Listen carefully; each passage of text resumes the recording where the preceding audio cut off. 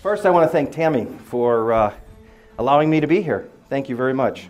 And Dennis, thank you for the introductions. I appreciate that. And I want to thank all of you. But I want to talk to you today about you. I don't want to talk about technology. I don't want to talk about your jobs. I want to talk about you.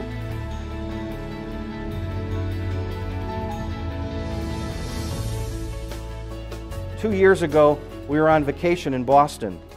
Wednesday morning, my oldest daughter, who at the time was 11, woke me up, said, "Dad, come on, we got to go. We got an appointment." I said, "An appointment? Where? We're on vacation."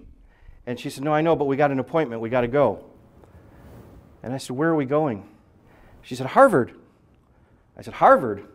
She said, "Yeah." She said, "I have an appointment with the admissions office." Never told anyone. So I got up, got dressed, we went on the train, we went to Harvard, we went to the admissions office.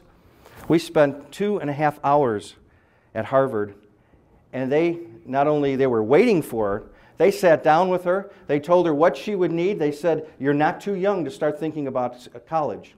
Here's what you're going to need to get into Harvard." They gave us a tour, they let her sit in on a class, she talked to some of the professors. She has a checklist at home, and she's checking it off, the things that she needs. And they're emailing her a couple times a year.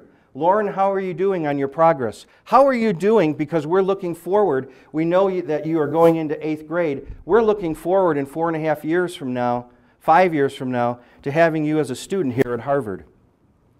Wow. What if we would have said, "You're too young, forget it," turned over and went back to sleep? What's the dream? What's the dream inside? Keep moving. We are encouraging her now. And I'm telling everyone when I introduce them, this is my Harvard graduate of 2022.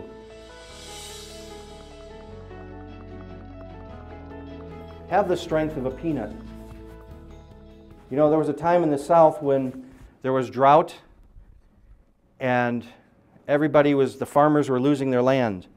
And George Washington Carver went into his laboratory and came out and said, "You know what I've discovered? If we plant the peanut, we can all have crops and we can all be very successful." So they planted crops all over Georgia, and they were very successful, and farmers started to thrive again. But after a few years, they said, "Hey, wait a minute, we want something more than peanuts. George, everywhere you go, there's peanuts. We got too many peanuts.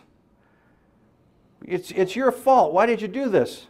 Why did you do this to us? Why did you push us in this direction?" And George Washington Carver could have gotten discouraged and said, "Well, the heck with it." Instead, he went back in his laboratory, and you know what he did? He found over 300 uses for the peanut.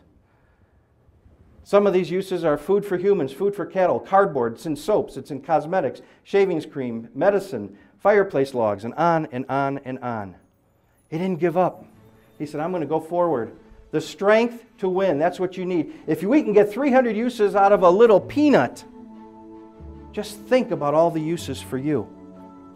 Think about all the possibilities that are there inside of you. Stand up and say to the person to your left, and stand up and turn to the person to your right. I want you to shake their hand, and I want you to say, "Go forward because it is possible." Stand up. Come on, stand up. Look at them. Shake their hand. Say, "Go forward because it is possible. It is possible. It is possible. It is possible." Yes, it is. It is possible to do it. And I want to thank you very much, and I want to thank you all for the standing ovation. Thank you very much.